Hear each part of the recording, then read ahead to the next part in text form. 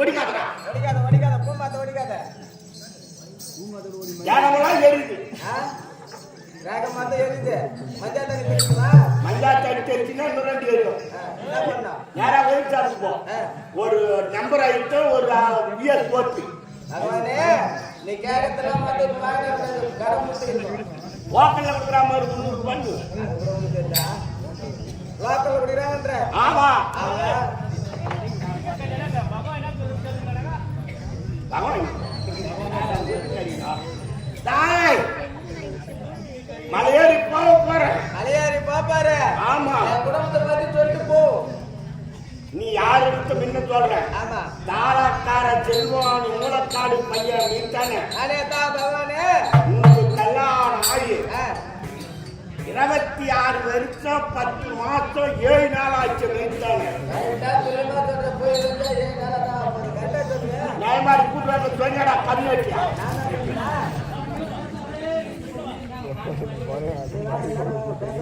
சரி போனா போடுவா. நீ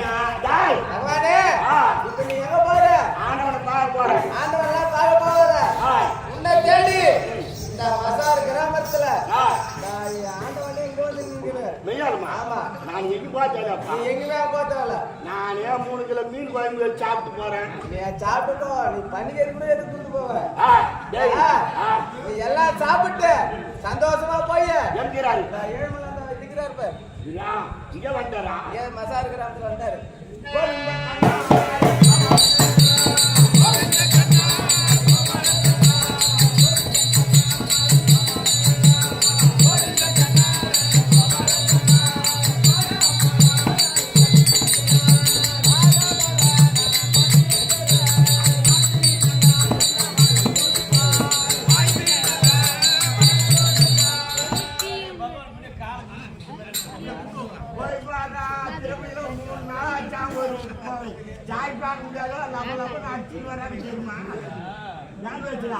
அம்மா கூட்டு நெருக்கடி என்னால முட்டி போட முடியாது. அவரு முட்டி போட்டு எனக்கு முட்டோம். பகவானே கரிவாத்த பெருமானே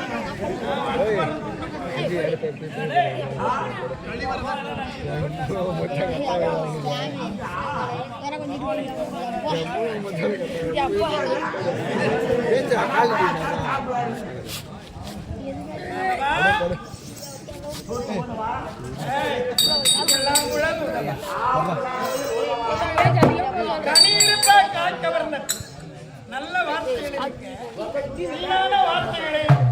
காணாம பண்ணிட்டாங்க. யாரென்று விளக்கம்?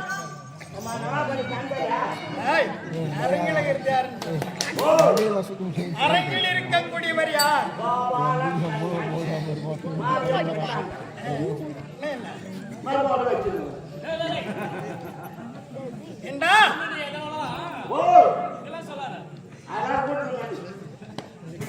நான் யார் என்றால் பகவான். பகவான் அதோடு மட்டுமல்ல, நான் எப்படி வருகின்றேன்? நான் பாண்டவர்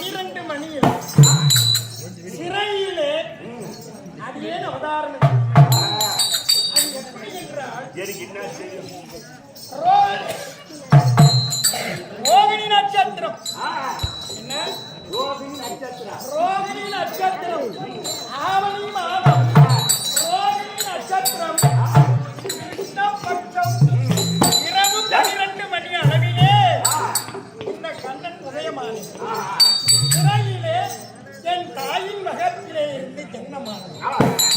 எதற்காக என்றால் எதற்காக அப்படி சிறையிலே தெரியாது. நான் நாளிகரம் தாழ்த்தி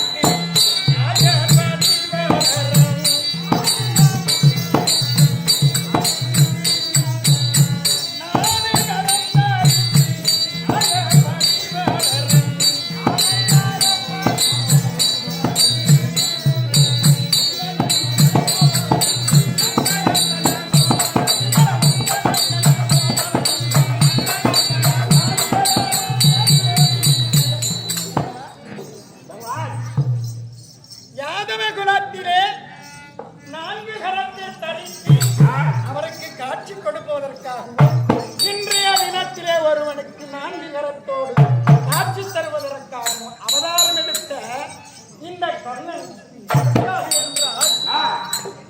அம்மான் கம்பனை அழிப்பதற்காக. ஏனென்றால் அம்மான் கம்சனானவன் தன்னுடைய தங்கை வசுதேவர் திருமணம் முடித்தார். அப்படி திருமணம் முடித்து வீதி உலா வந்து கொண்டிருக்கிறார். அப்படி வீதி உலா வந்து கொண்டிருக்கும் பொழுது அவன் தான் ரதசாரதியாக இருக்கின்றான். ஏனென்றால் தங்கையின் திருமணம் மனதிற்கேற்ற கவனம் கிடைத்து விட்டால் என்ற காரணத்தினால் அப்படி இருக்கின்றான். ஆனால் அப்படி மன மகிழ்ச்சி கண்டிருப்பா தப்பு தள்ளாகும் மணி அப்படி இருக்க கம்சனானவன் மனமகிழ்ச்சியோடு ரதம் செலுத்திக் கொண்டு வீதி உலா வந்து கொண்டிருக்கிறது. அந்த சமயத்திலே என்னானது தெரியுமா? அசரீ வாக்கானது அதே கம்சன் எந்த தங்கையின் திருமணத்திற்கு சந்தோஷப்பட்டு ரதம் செலுத்துகின்றாயோ அதே தங்கையின் வயசில் பிறக்கக்கூடிய 8வது பிள்ளையால் கட்டாயம் மரணம் என்று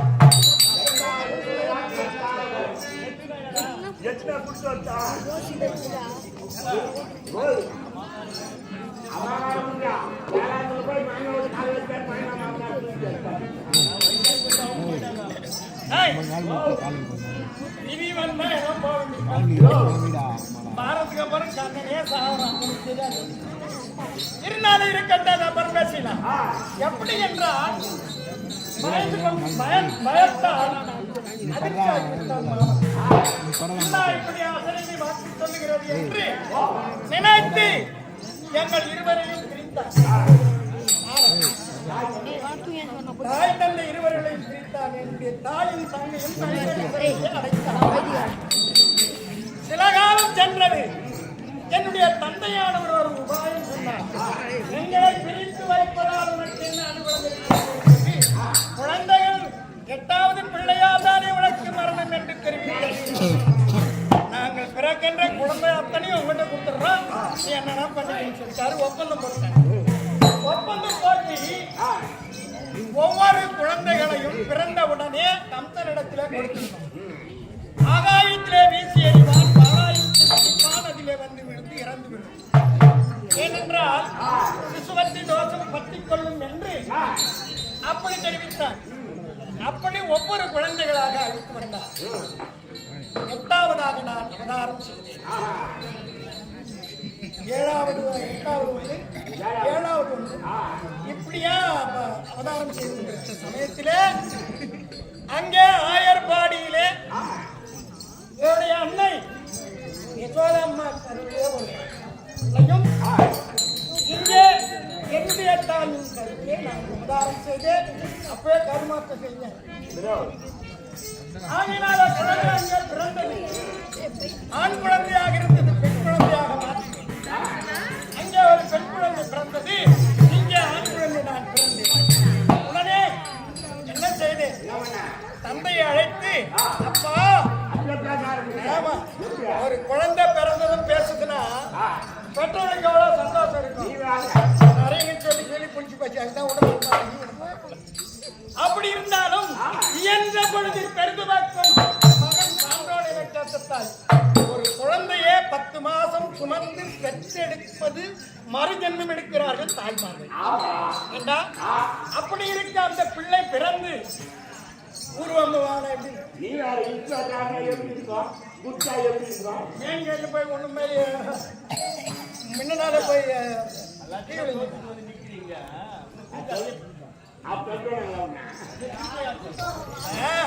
நீ 4 ஏக்கரா வித்து கூச்சா இருக்கும் குடி தான் அவன் சொல்றான். வேற அந்த மாதிரி இருக்கான். ஆனா உங்களுடைய தாய் என்னிடத்துல உண்மையாவே சொல்லுங்க, இந்த பையனை திருத்த மாட்டியா, இந்த யானம் கத்தனை அன்னைக்கே சாவாச்சு இயன்ற பொழுது பெருந்து பார்ப்போ மகன் சான்றோன் என்னை காத்திருக்கான்.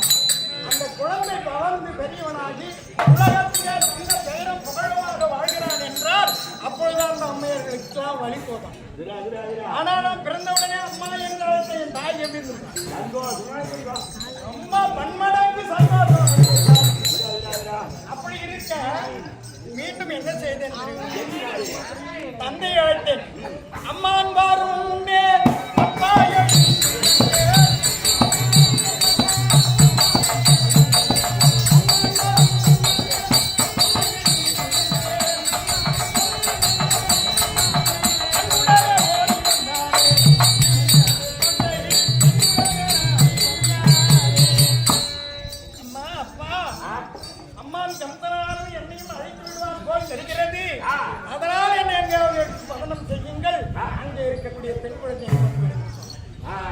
உடனே அவருடைய தந்தை மழை என்றும் பாராமல் பனி என்றும் பாராமல் இரவு நேரத்திலே 12 மணிக்கு பிறந்த 12 மணிக்கு அங்க போயாச்சு. எங்க ஆயர்பாடியிலே யசோதா இடத்திலே விட்டு அந்த யசோதா அன்னையானவள் மயக்கத்தில் இருக்கிறாள். பிரசவ வழியிலே மயக்கத்தில் இருக்கும் பொழுதே இந்த குழந்தை எண்ணெய் எடுத்து அங்கு சென்று விட்டு அந்த பெண் குழந்தையை கொண்டு வந்து சந்தன இடத்திலே கொடுத்தார். வழக்கம் போல் கரகரகரம் என்று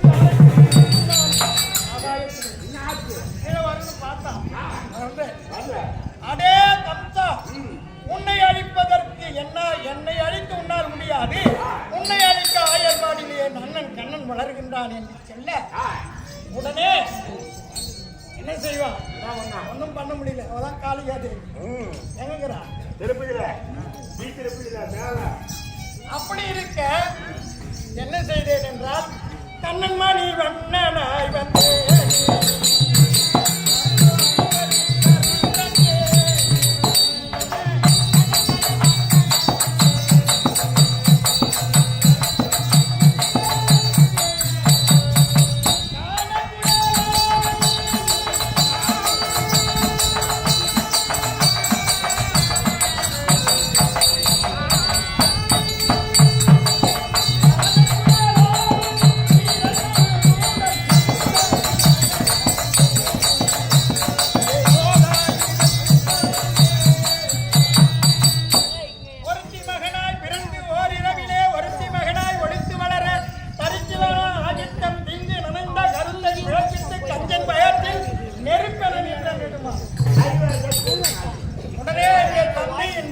சிறமே கொண்டு கூடையிலே வைத்து அன்னையிடத்திலே கொண்டு போய் விட்டாங்க.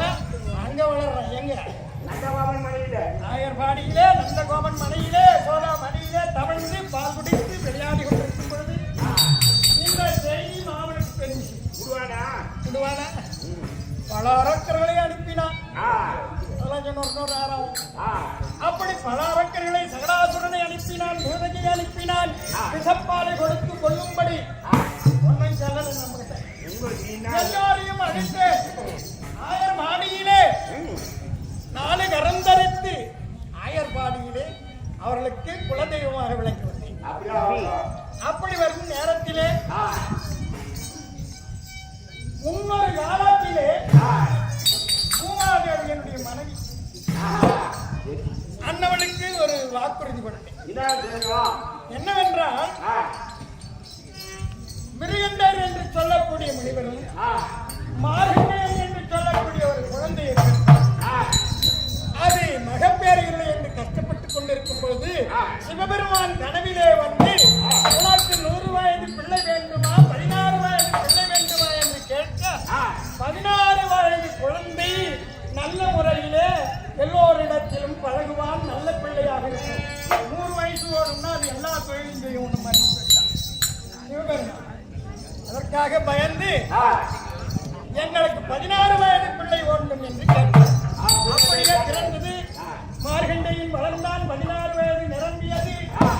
அந்த சமயத்திலே தென்னுலகுக்கு அதிபதியாக இருக்கக்கூடிய சமணாபுரி பட்டணத்து வேந்தையார் யமதர்மன் வருகின்றான். வாசுதேவத்தோடு. ஆனால் சிவபெருமானின் லிங்கத்தை பற்றிக் கொண்டார். மார்கண்டையன் சிவபெருமானின் லிங்கத்தை பற்றிக் கொள்ள அது தெரியாமல் வந்த யமன் பாசக்கேற்றி போட படீரென்று வெடித்து விஸ்வரூபத்தை எடுத்து எட்டி உரைத்தார்.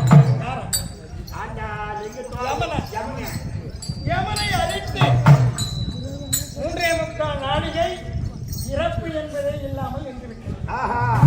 உலகத்திலே 3.25 நாளிகை நின்றுவிட்டால் எவ்வளவு பேர் இறப்பு உலகத்திலே பூமி பாரம் தாங்க முடியவில்லை என்று என்னுடைய மனைவி ஓடி வந்து அந்த சமயத்திலே வருகின்ற துவாபர யுகத்திலே பாண்டவருக்கும் கௌரவருக்கும் படை உற்பத்தி செய்து 18 கோடி சேனையை அழித்து உன்னுடைய பாரத்தை தீர்க்கிறேன் என்று அன்று கொடுத்த சபதத்தின் பிறகு உமாதேவி கன்று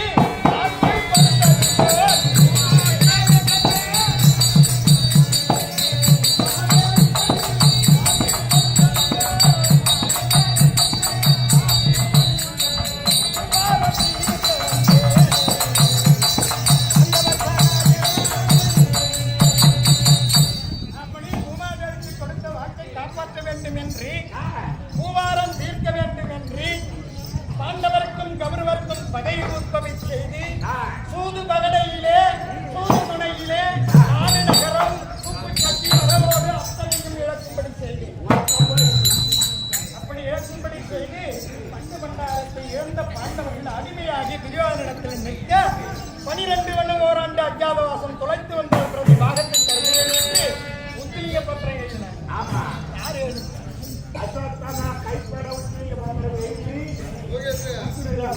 அப்படியே அஸ்வத்தாமா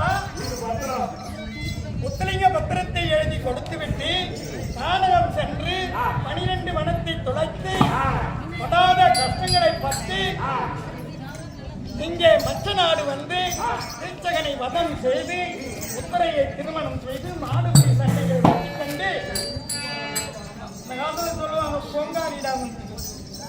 அந்த மாதிரி பாண்டவர்கள் ஈப்பத்து அச்சகை பொங்காரியை தாங்கிறாங்க. உலாயப்பட்டினம் என்று சொல்லக்கூடிய பட்டணத்தை உத்தரைக்கு பெண்ணுக்கு சீதனமாக எழுதி வைத்தார். அந்த உலாயப்பட்டினம் என்று சொல்லக்கூடிய இந்த உலாயப்பட்டினத்திலே தங்கி ரொம்ப கஷ்டப்பட்டு அங்கு புலம்பிக் கொண்டிருக்கிறார்கள்.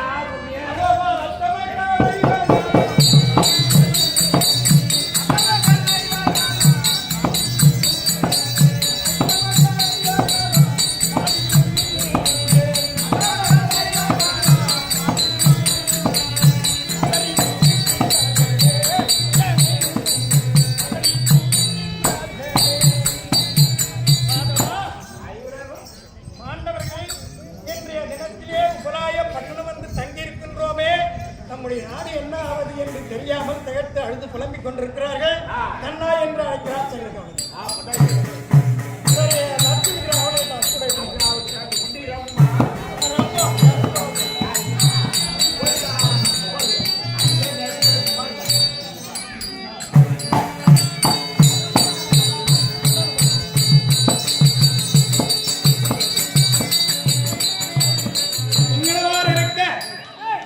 லட்சுமி அம்மையானது சபை நாடி வந்து பகவானை காண்பதற்கு விரைவாக வந்து கொண்டிருக்கிறார்கள். அவரால் கதை